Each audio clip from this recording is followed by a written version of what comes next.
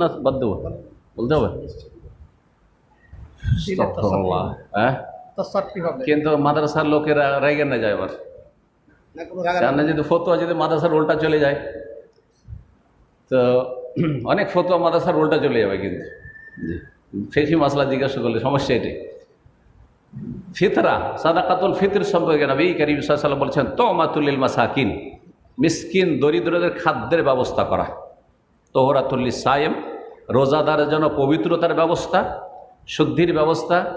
আর তুমাতুল মাসাকিন, মিসকিনদের জন্য খাদ্যের ব্যবস্থা করা এই খুশির দিনগুলিতে, যাতে রিক্সাওয়ালাকে রিক্সা নিয়ে না বের হইতে হয়, আর সেই দিন মজুরকে দিন মজুরি করতে বের হইতে না হয়, বাড়িতে বসে ছেলে মেয়ে নিয়ে সুখে 2-4-5টা দিন যেন কাটাতে পারে আরামসে, বিনা কাজে কাজকর্ম না করি, যেমন আপনারা করছেন আমরা করছি। কথা বোঝা গেছে? তো এই হাদিসের অংশ দিয়েই বোঝা যাচ্ছে যে আসলে ফিতরা হচ্ছে গরিব মিসকিনের জন্য।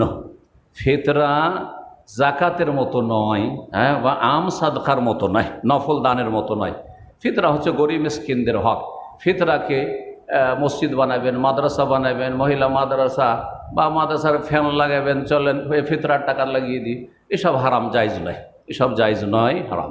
তবে মাদ্রাসায় কিছু গরিব ছাত্র আছে, অবশ্যই গরিব ছাত্র আছে, গরিব অসহায় ছাত্ররা রয়েছে, তাদেরকে বোর্ডিংয়ে খেতে দেওয়া হচ্ছে, ফ্রি খেতে দেওয়া হচ্ছে, সেখানে যদি লাগিয়ে দেওয়া যায় তাহলে জায়েজ, কারণ তারা এমনিতে হকদার, মাদ্রাসার বাইরে থাকলেও হকদার ছিল। সুতরাং মাদ্রাসা কর্তৃপক্ষ ওকিল হিসাবে ফিতরা গ্রহণ করে যদি গরিব মিসকিনদের খাবারের কাজে বা ওই সব জায়গায় লাগিয়ে দেয় মাসরেফে, তাহলে ইনশাআল্লাহ তাআলা সেটা শরীয়ত সম্মত।